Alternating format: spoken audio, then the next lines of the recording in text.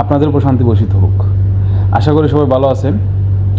অনেকে আমাকে মেসেজ দিতেছেন, ফোন দেন। ভাই একটা জিনিস চিন্তা করুন, আমি এখানে ডিউটি করি, আমার একটা সময় আছে। আপনারা অযথা আমাকে ফোন দিয়ে বিরক্ত করবেন না, এটা আপনাদের জন্য অনুরোধ। আপনারা একটা ফোন দিতে পারেন।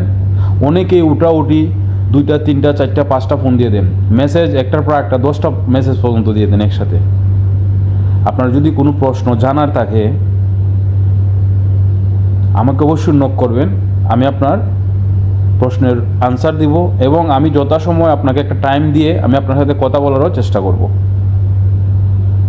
আর আমি যে ভিডিওগুলা অলরেডি দিছি, আমার মনে হয় না যে আমি যদি আগামীকালকে থেকে ভিডিও বন্ধ করে দেই, আপনারা অন্তত আমার এই ভিডিওগুলা দেখলে আর কাতারে আইসা বা মিডল ইস্টের কোনো দেশে যাইয়া গিয়া কোনো প্রতারণার শিকার হবেন না।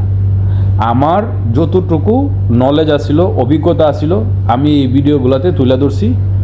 সময় সাময়িক যদি কোনো বিষয়ে আসে, এটা নিয়ে আমি ভিডিও বানানোর চেষ্টা করব ইনশাআল্লাহ। তারপরেও আপনারা আমার প্রত্যেকটা ভিডিও যদি দেখেন, এটা ভিডিও ভিউর জন্য বা অন্য কিছুর জন্য আমি বলতেছি না। আপনারা আমার ভিডিওগুলো দেখলে, আমার এই ভিডিও চ্যানেলে যে ভিডিওগুলো দেয়া আছে, এমন কোনো ভিডিও নাই যে আপনার কোনো কাজে আসবে না।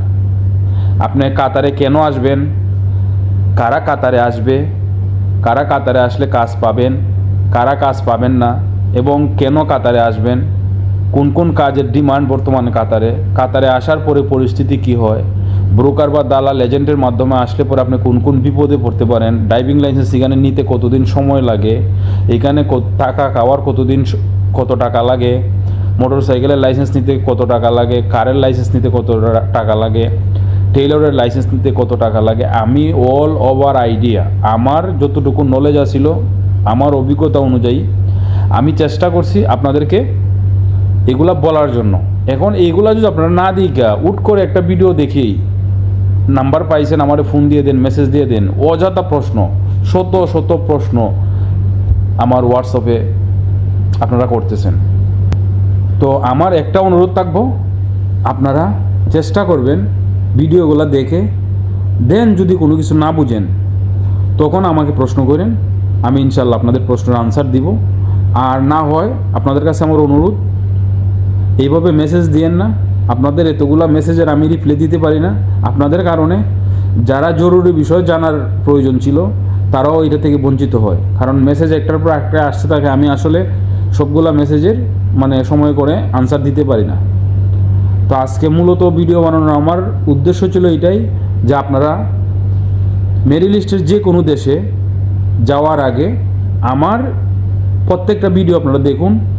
দেখলে পরে আপনারা বুঝতে পারবেন যে সিচুয়েশন কোন জায়গায় কেমন, এবং আপনি কোন কোন বিপদে পড়তে পারেন, আপনার জন্য কোনটা ভালো হবে, কোনটা খারাপ হবে, সব কিছু আমার এই ভিডিওগুলোতে দেয়া আছে।